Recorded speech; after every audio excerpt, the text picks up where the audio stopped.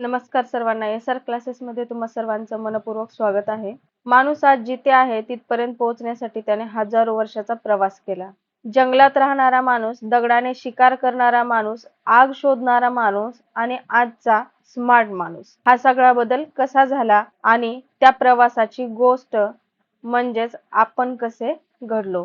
हा इतिहास आहे इयत्ता 5वीचा आणि त्यातील आज आपण पाहणार आहोत भाग क्रमांक 1.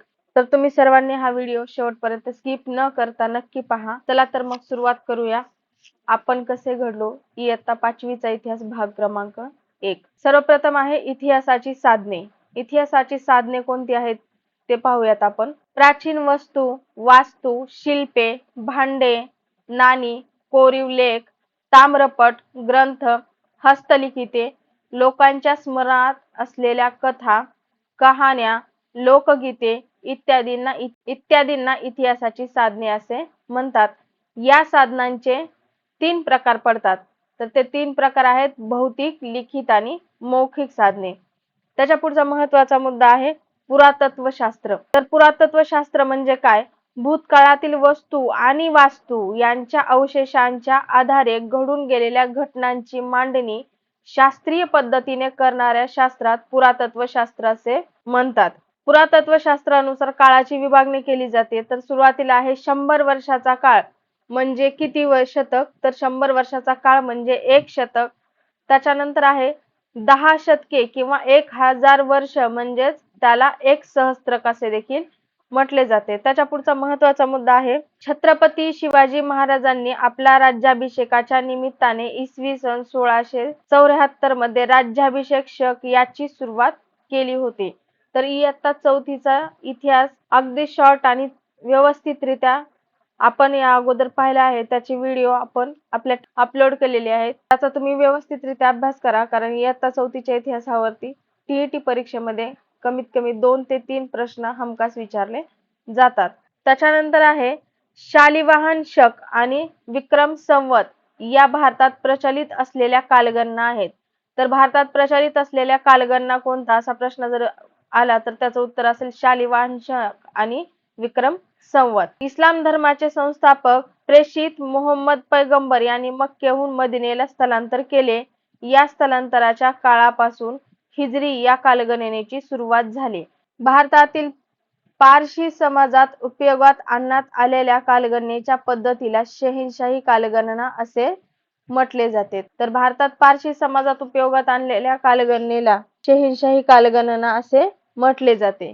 त्याच्या पुढील महत्त्वाचा मुद्दा आहे इतिहास काळाची विभागणी. तर इतिहास काळाची विभागणी त्याच्यातील सर्वप्रथम आहे प्रागैतिहासिक काळ. तर प्रागैतिहासिक काळ म्हणजे काय? ज्या काळाचा इतिहास लिहिण्यासाठी लिखित पुरावा उपलब्ध होत नाही त्या काळाला प्रागैतिहासिक काळ असे म्हणतात. प्राक म्हणजे पूर्वीचा आणि त्याच्या पुढील आहे ऐतिहासिक काळ. तर ऐतिहासिक काळ म्हणजे काय? ज्या काळाचा इतिहास लिहिण्यासाठी लिखित पुरावा उपलब्ध होतो त्या काळाला ऐतिहासिक काळ असे म्हणतात. त्याच्या पुढचा महत्त्वाचा मुद्दा आहे कालमापन करण्यासाठी कार्ब 14 विश्लेषण पद्धतीचा उपयोग केला जातो. तर कार्ब 14 विश्लेषण पद्धत काय आहे याच्याविषयी थोडक्यात माहिती घेऊया आपण. तर कार्ब 14 विश्लेषण पद्धत याचा शोध विलार्ड लिबी यांनी लावला आहे. त्यांचा जन्म 1908 आणि मृत्यू 1980. तर कार्ब 14 सजीवांच्या शरीरातील घटक सजीवांच्या मृत्यूनंतर कार्ब 14 चे प्रमाण घटत जाते.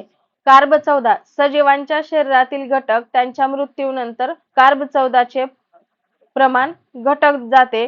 प्रागैतिहासिक काळातील लाकूड, कोळसा, हाडे, जीवाश्म इत्यादी वस्तूंमध्ये तो घटत जाऊन आता तो किती प्रमाणात शिल्लक आहे हे प्रयोगशाळेत मोजले जाते आणि शिल्लक कार्ब 14 च्या आधारे वस्तूचे वय मोजणे शक्य होते आणि वस्तूचे वय ठरवण्याच्या या वैज्ञानिक पद्धतीस कार्ब 14 पद्धती म्हणतात.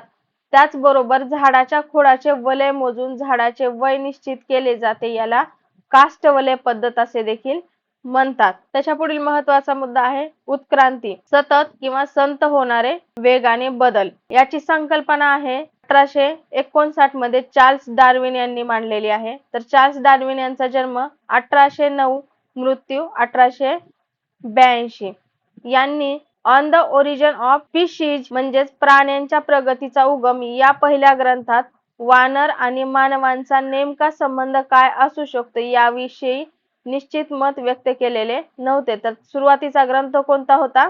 चार्ल्स डार्विन यांचा सुरुवातीचा ग्रंथ होता on the origin of species. त्याच्यानंतर इसवी सन 1871 मध्ये दुसरा ग्रंथ द डिसेंट ऑफ मॅन, मानवाचे अवतरण, या ग्रंथात त्यांनी माणसाला शेपटी नसली तरी त्याच्या पाठीच्या कणाच्या शेवटच्या हाडे शेपटीचा अभिष्ट भाग आहे या गोष्टीकडे सर्वांचे लक्ष वेधले होते. या दोन्ही ग्रंथाची नावं तुम्ही सर्वांनी नीट लक्षात ठेवायचे आहेत, परीक्षेत विचारली जाऊ शकतात. त्याच्या पुढचा मुद्दा आहे की टप्पे, उत्क्रांतीचे टप्पे काय होते? तर अपृष्ठवंशीय म्हणजे काय? पाठीचा कणा नसलेले, उदाहरणार्थ गोगलगाय. पृष्ठवंशीय, पाठीचा कणा असलेले, यामध्ये जलचर आणि उभयचर अशा दोन्हींचा समावेश होतो. तर जलचर मध्ये उदाहरणार्थ मासा येतो आणि उभयचर म्हणजे पाणी आणि जमीन या दोन्हीवरती राहणारे असा कोण आहे? बेडूक.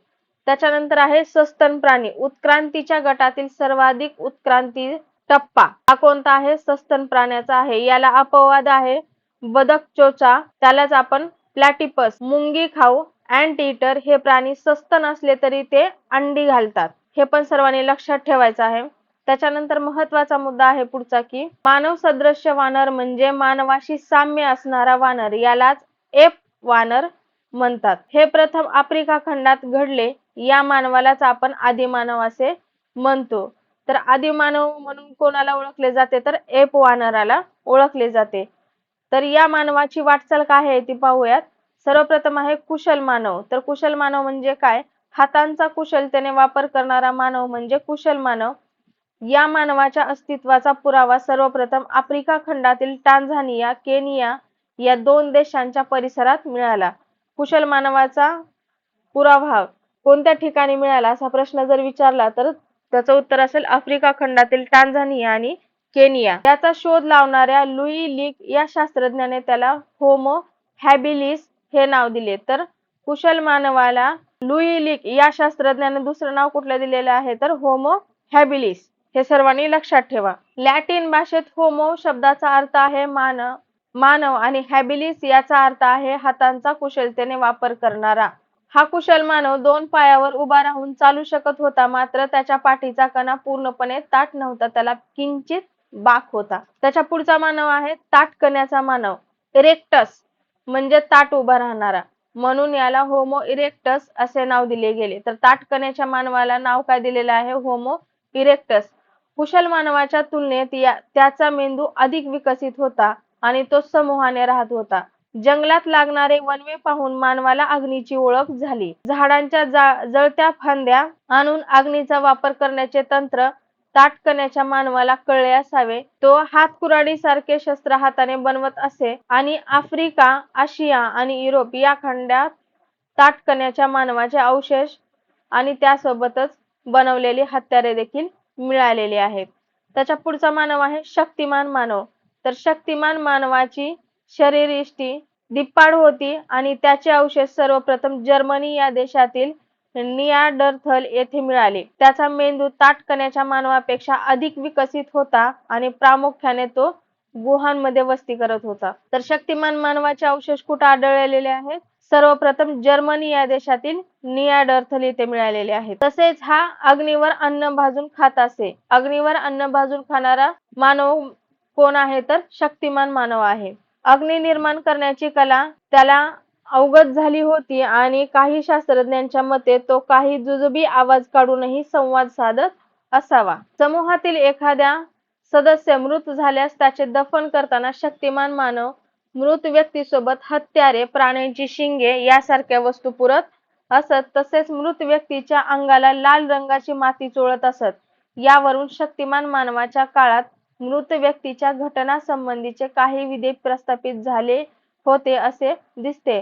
तर प्रश्न जर आला की मृत व्यक्तीच्या घटनासंबंधीचे काही विधी कोणत्या मानवाच्या काळात प्रस्थापित झाले होते? तर त्याचं उत्तर असेल शक्तिमान मानव. सुमारे 30,000 वर्षापूर्वी शक्तिमान मानव नष्ट झाला असे कार्ब 14 पद्धतीच्या आधारे सांगितले जाते. तर कार्ब 14 पद्धत काय होती ते आता आपण थोड्या वेळापूर्वी पाहिली होती.